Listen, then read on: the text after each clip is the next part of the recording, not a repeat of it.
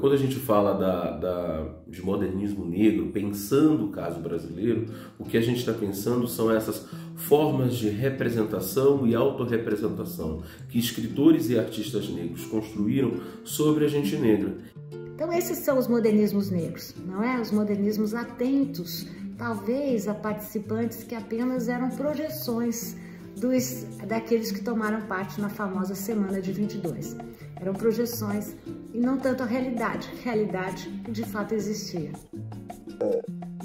Tem uma espécie de elite negra que existia naquele momento, por exemplo, que vai ali até a década de 20, a música popular brasileira, as bases da música popular brasileira, tudo que a gente entende por música popular brasileira, é uma música produzida por pessoas negras.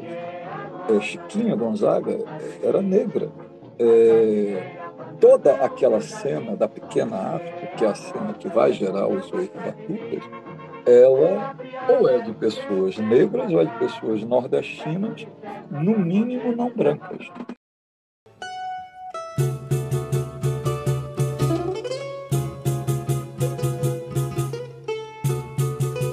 Então, olhar para a obra desses autores é um pouco recuperar toda essa arena de embates, onde a ideia de moderno, mas a ideia de moderno aqui traduzida no que seria uma ideia de nação, estava sendo em disputa.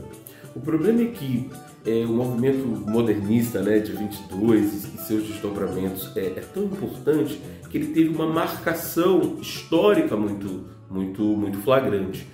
Então, quando a gente conta essa história, isso vem sido cada vez mais contestado, mas era comum você contar essa história. Você tem o modernismo e o pré-modernismo, né? E essa categoria pré-modernista, de uma certa maneira, achatou esse conjunto de expressões artísticas e literárias e fez com que, durante muito tempo, fosse difícil perceber a modernidade desses empreendimentos estéticos, as disputas pelas suas noções de povo, de nação, e o quanto que aquele período, né, esse período de transição, né, esse período de grandes transformações, que entre a abolição da escravidão em 1922, mas a gente também pode dizer entre a abolição da escravidão em 1930, ele foi um período muito rico e muito fértil do debate sobre essas construções. Um sopro de novidade, um sopro de abrasileiramento da nossa cultura. E no caso do Brasil, o que marca um pouco essa dicção afro-brasileira é essa construção de que o negro é um nacional. Então você lê o texto importante do Manuel Quirino, que é o negro como fator de civilização brasileira. Então, muito do que significou para esses autores a inclusão simbólica no marco da modernidade ocidental se articulou nessa ideia de uma representação do negro como nacional, do negro como parte importante da pátria, que era uma ideia que estava em disputa, porque você tinha nos meandros, nos meios intelectuais brasileiros, primeiro a pergunta de que se havia povo ou não, né? Ou seja, essa era uma questão. Temos um povo brasileiro, né? Ou esse povo é um povo que vai se formar no futuro, né? A partir da imigração, a partir do branqueamento, a partir da chegada, né, desses colonos, desses camponeses europeus. Esse é o primeiro ponto. E uma outra questão conectada a essa própria importância do racismo científico naquele momento. É possível dizer que os modernistas paulistanos fizeram uma grande inovação em 1922. Mas é possível dizer também que eles mais falaram sobre os seus outros, portanto, os seus temores, os seus projetos acerca dos outros, do que incluíram outros na própria Semana de 22. Ou seja, qual eram os espaços de consagração para artistas negros ali nos anos 20, né? Essa é uma questão, mas eu acho que essa tensão ela perpassa o seguinte, de que o investimento no moderno, ele não só é um investimento estético ou formal, certo? Ele não só é um investimento no você trazer o novo, no sentido formal, que é o que caracteriza as vanguardas, mas ele também é um investimento na ideia numa certa ideia de igualdade, numa certa ideia de liberdade, numa certa ideia de cidadania, ou seja, nisso que configura um pouco o que é, digamos assim, o contrato social da sociedade moderna, né? E é desse ponto de vista que os artistas negros têm tensionado o legado do modernismo, porque de um lado você tem toda uma riqueza de formas de construções estéticas e formais, mas para esses artistas isso também precisaria ser combinado com processos de transformação social e de realização do sujeito negro afro-brasileiro enquanto sujeito moderno. O modernismo, como um todo, ele tem essa abordagem provinciana numa relação imperialista, colonizadora, França-Brasil. E de uma relação na qual os artistas brasileiros, principalmente o Oswald, estabeleciam uma relação do que ele chamou antropofágica, ou seja, eu trago tudo, eu engulo tudo, boto no meu liquidificador e boto para fora com a minha originalidade.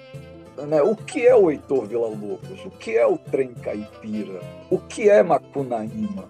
O que é Tarsila do Amaral? Isso é uma intelectualidade tentando se encontrar com o próprio país pela primeira vez, não tendo vergonha de ser o próprio país pela primeira vez, ainda que, de alguma forma, eles tenham antecipado em um século aquilo que a Djamila Ribeiro chamaria de lugar de fala. Porque aquele personagem e aquela situação que essa intelectualidade das elites, principalmente paulistanas, mas não apenas paulistanas, né? Manuel Bandeira não é paulista. E Manuel Bandeira estava ali, Heitor Villa-Lobos não é paulista e ele estava ali. Eles estão ali o tempo inteiro dizendo, né, a língua do povo, a bela língua do povo, né, querendo falar a língua do povo, mas não reconhecia que esse povo poderia produzir narrativa. O filho perguntou pro pai: onde é que tá o meu avô? O meu avô, onde é que tá? Uma das coisas mais interessantes quando a gente observa o que é o senso comum brasileiro sobre o modernismo é essa ideia de que, de uma certa maneira, eu estou falando do modernismo paulista, modernismo tradicional, modernismo vinculado a 22, né? De que ele teria instaurado uma nova representação do negro como um dos centros da identidade nacional. De fato, a gente tem isso em alguns trabalhos, o trabalho da Tarsila do Amaral. Depois a gente vai ter um importante trabalho que o Mário de Andrade vai desenvolver nessa direção e que vai culminar no Macunaíma. Mas esse modo de pensar, ele de uma certa maneira retirou da história uma série de autores e artistas que estavam em atuação no Brasil entre 1900 e 1920, que inauguraram outras formas de representação da população negra. Estou pensando em autores como o próprio Lima Barreto, como o Nascimento Moraes, como o Astolfo Marques, como o Manuel Quirino, artistas plásticos, como o Arthur Timóteo da Costa, autores que construíram um jeito de representar essa população, não apenas no sentido de desclassificá-la como esses são os ex-escravos, esses são as raças inferiores, esses são os grupos minorizados. Construíram uma representação no sentido de pensar que as práticas sociais e aquela própria gente constituía, sim, o cerne da identidade nacional. Era parte do povo. Na verdade, eu penso que esse conjunto de autores ajudaram a elaborar o que vai compor o imaginário dessa nossa ideia de povo. Lima Barreto foi convidado por Sérgio Buarque de Holanda para fazer uma resenha na revista Careta sobre a Claxon, a revista dos paulistas modernistas. Lima Barreto aceitou e, bem ao seu estilo, ele achou que Claxon lembrava a modernidade, lembrava a buzina e que os paulistas estavam com essa mania de futurismo. Enfim, o que aconteceu é que, de uma forma ou de outra, Lima Barreto ficou fora da festa modernista. O que representa Lima Barreto? Representa os outros modernismos, né? Lima Barreto, ele fazia parte de uma confraria, eram todos funcionários públicos, muitos deles negros. Lima Barreto também definiu um Rio de Janeiro mais amplo, né? Um Rio de Janeiro que incorporava os subúrbios aonde ele vivia. E Lima Barreto, assim como os modernistas de 22, também tinha uma grande preocupação com a linguagem popular, com, de alguma maneira, atualizar e catequizar brasileiramente a nossa literatura. Então, ele tinha essa discussão com os negrismos, ele era um leitor dessa vanguarda negra que se localizava tanto na África como também no exílio, na Europa e nos Estados Unidos, e ele incluiu outras perspectivas. E o Pixinguinha era um cara que sabia escrever. O Pixinguinha era um intelectual da música. E aí é onde eu começo a falar de um racismo dessa intelectualidade das elites paulistas, que até hoje colocam o Pixinguinha na estante naif. O choro nunca foi reconhecido num diálogo com a brasilidade que o modernismo se propunha. E com uma riqueza de repertório que o Pixinguinha, que aqueles músicos tinham por ter uma formação que não era aquela formação do samba na caixa de fósforo, que é meio que o ícone de uma produção naif, popular e preta brasileira. Os Oito Batutas foi criado em 1919 por um conjunto de particularidades que aquela elite, principalmente paulista, não teve sensibilidade para reconhecer a sua importância. Como, por exemplo, os franceses reconheceram a sua importância. Como eles fizeram a sua primeira apresentação no dia 13 de fevereiro de 1922, que é o dia que começa a Semana de Arte Moderna.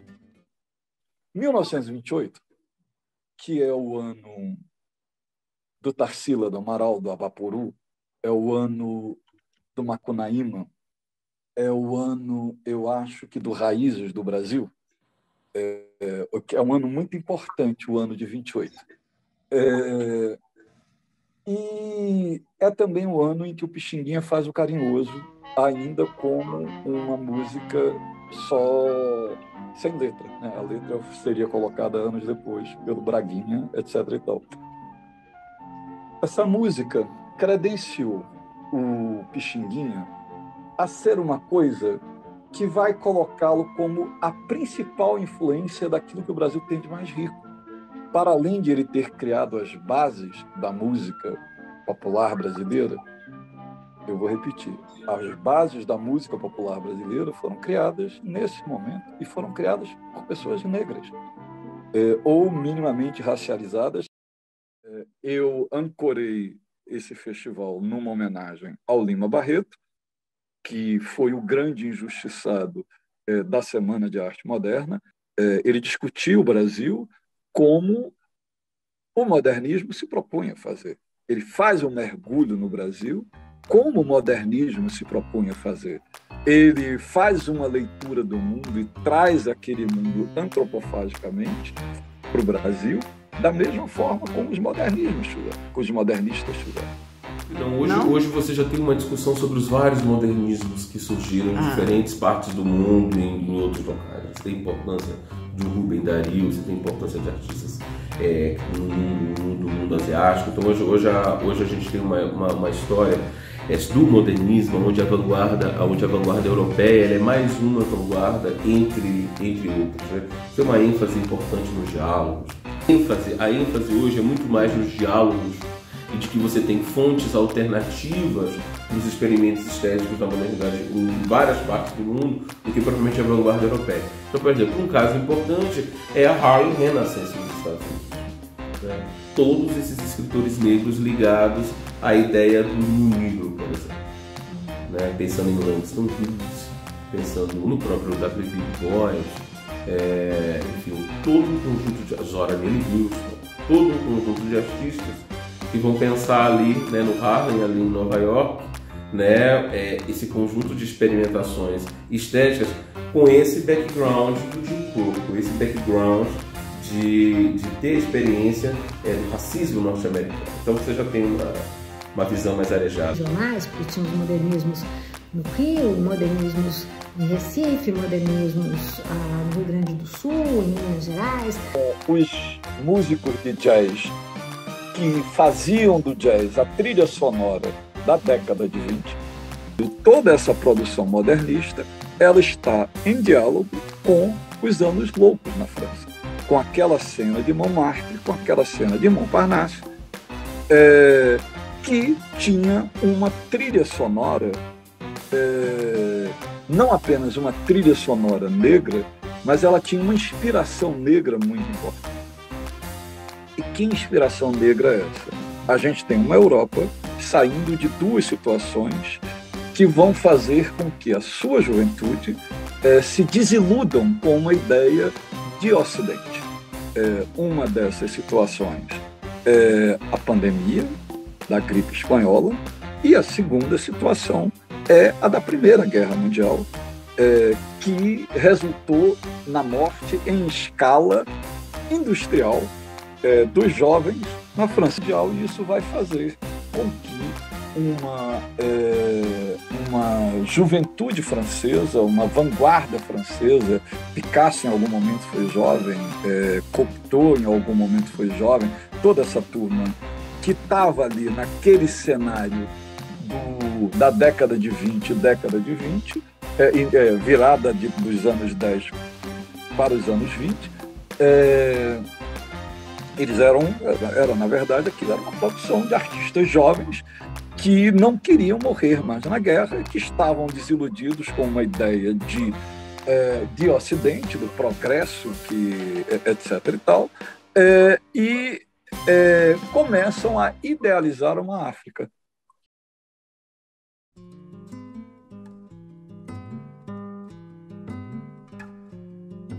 Eu acho que um olhar crítico sobre o que foi o movimento modernista e seus desdobramentos hoje é um olhar que precisa ver qual era o lugar da escravidão, dos processos de colonização, nos ideários do moderno que perpassavam o horizonte desse conjunto de escritores e artistas.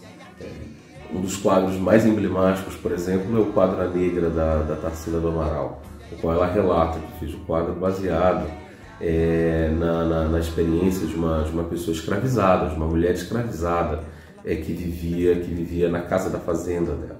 Então esse tom, digamos assim, paternalista, senhorial brasileiro, ele se configurou numa determinada imagética, numa determinada construção artística. E eu acho que o lugar da gente se perguntar, e esse também é o ponto para olhar para os artistas negros, o que eles estão fazendo, e o modo tenso, ao mesmo tempo tenso, e ao mesmo tempo, ou seja, um olhar que, quando a gente vê os artistas negros, a gente vê uma relação deles tensa com o modernismo, né? Do mesmo ponto de vista que incorporam várias dimensões, muito dessa tensão tem a ver com isso, né? Quer dizer, com essa leitura que eles têm do lugar que a própria escravidão ocupou na conformação do mundo moderno. Eu acho que o que vai dar, então, aí, do ponto de vista do que são desdobramentos do modernismo para os artistas negros no século XX, é o modo como eles vão pensar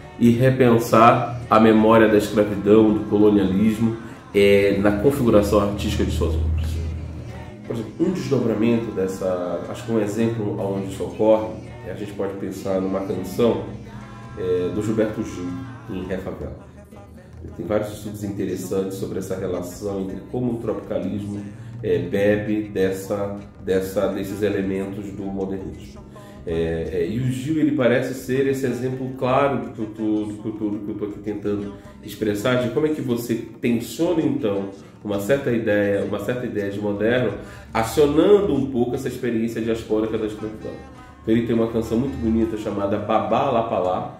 Quando você escuta a canção, ela é, na verdade, um som de disco, é um som de boate, né? um som de festa, mas de festa noturna de boate, né? E a canção então, portanto, né, quer dizer, esse moderno metropolitano está ali dentro, tá? Esse moderno das grandes cidades está ali no som da canção, né, por um lado. Né? E por outro, você tem o que é a letra, né? E a letra é: o filho perguntou para o pai onde é que está o meu avô onde é que está. O avô pergunta para o avô onde é que está o tataravô, e o tataravô onde é que está. Bisavô perguntou para o tataravô, perguntando pela linhagem dos ascendentes, pela linhagem dos ancestrais. E na verdade não tem uma resposta para isso. E o que vai gerando um conjunto de perguntas sem respostas é justamente esse efeito de rasura da experiência racial e esse efeito de apagamento que a experiência da escravidão tem. Então, é muito bonito como ele então consegue criar esse experimento formal aonde o moderno das metrópoles, das boates, etc., ele é conectado, construído e também tensionado por essa experiência outra. Então, é nesse sentido que eu disse a você agora há pouco, de como que esse legado de possibilidade de experimentação formal tem sido tensionado, aproveitado, apropriado, desconstruído para pensar outras experiências. Né? Um caso também interessante, mais contemporâneo, eu gosto muito de uma é até difícil nominar o que os artistas fazem na arte contemporânea, né? Eu gosto muito de um trabalho da Renata Filippi, que é performance, que é ritual, que é chamado de a Renata Filippi, que é uma grande artista negra contemporânea, chamado Axixé da Negra, né? Axixé é um ritual no qual você enterra pessoas, no qual você dá descanso para determinados corpos, né? Então as pessoas podiam entregar fotos de pessoas queridas, que elas achavam que tinham passado por alguma violência, que tinham sofrido alguma coisa, e ali naquele ritual, aquilo era de uma certa maneira, se concedia descanso para aquelas pessoas. E uma das imagens enterradas é justamente a imagem da negra do quadro da Tarsila do Amaral. Não no sentido de enterrar o que foi ao quadro, o que ele tinha de experimentação histórica, mas no sentido de dar descanso àquela mulher, que primeiro teve uma apropriação como trabalhadora escrava e depois teve uma apropriação de sua imagem que ela não dialogou, que ela não tinha a menor relação com aquilo, que ela não teve sequer ferramentas para interagir com o que foi a elaboração e reelaboração de sua imagem em condições de igualdade. Então é disso, eu acho, que se trata aí as tensões entre modernismo, modernidade negra e questão racial na contemporânea. Mas acho que a gente está agora, estamos em 2022, 100 anos depois, e vale a pena a gente se perguntar sobre aqueles que, não só os que estiveram na festa, mas os que não foram convidados para a festa. E acho que um desses nomes é Lima Barreto, entre tantos outros. Mas por que Lima Barreto? Porque ele descreveu um Brasil que prometeu inclusão social, mas entregou exclusão social, e um Brasil, já no início do século XX, marcado pelo racismo. Mas mais do que isso, um Brasil marcado pela imensa contribuição filosófica, cosmológica, religiosa, literária, nas artes plásticas das populações negras.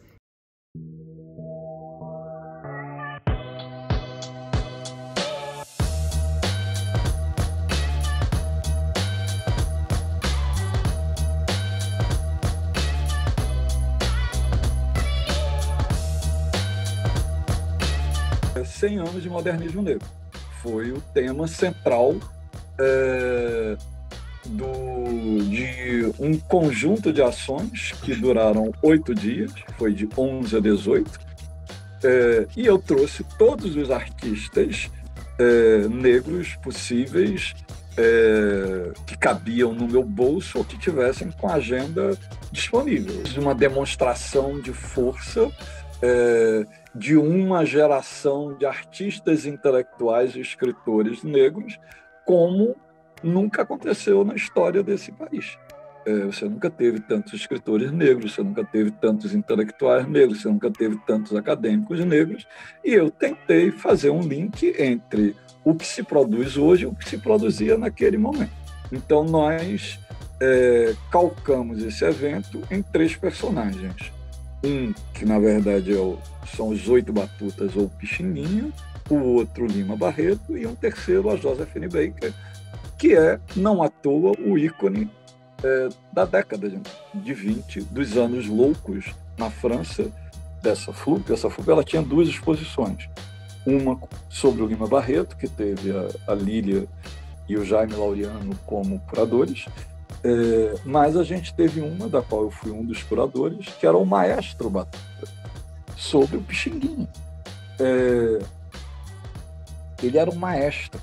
As bases da música popular brasileira vão ser definidas na década de 30, e o grande arranjador da RCA Victor era o Pixinguinha.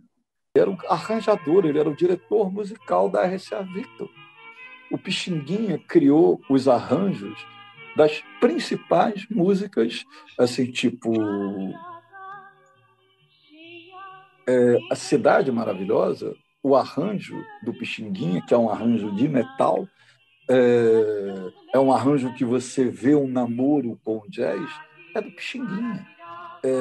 A Pequena Notável, o tico tico tchê, isso o arranjo é do Pixinguinha. Tem, com essa realidade que são as periferias, você tem uma produção de conhecimento artístico periférico, que, na verdade, no Brasil, confunde periferia com negritude. Então, o impulso modernista que a arte contemporânea não perde, não tem como perder, é justamente esse direito, o Mário de Andrade fala isso, esse direito à experimentação artística, literária constante, né? Então, mas a questão, tudo bem, a questão mas para qual realidade você move o olhar ao fazer essas experimentações, né? Tem pesquisas muito legais mostrando, por exemplo, que quando você pega o romance brasileiro contemporâneo, o personagem básico dele é um homem branco, de classe média, morador no Sudeste, etc. Então, esse conjunto de experimentações, né, que podem ser muito criativos sobre um aspecto, que é o aspecto formal, ele também pode ser pouco criativo no olhar que ele lança para as complexidades da sociedade brasileira. Eu acho que o legado do modernismo nas mãos dos artistas negros e escritores negros de hoje é justamente manter, ou seja, eles querem esse direito à experimentação artística e estética constante, mas também o direito de publicar, de dar visibilidade aos seus trabalhos, olhando para as realidades das populações negras e das populações periféricas brasileiras. Acho que eles querem essa combinação, que é uma combinação difícil, que envolve o mercado editorial, envolve os espaços de consagração dos museus, envolve a própria institucionalização do modernismo.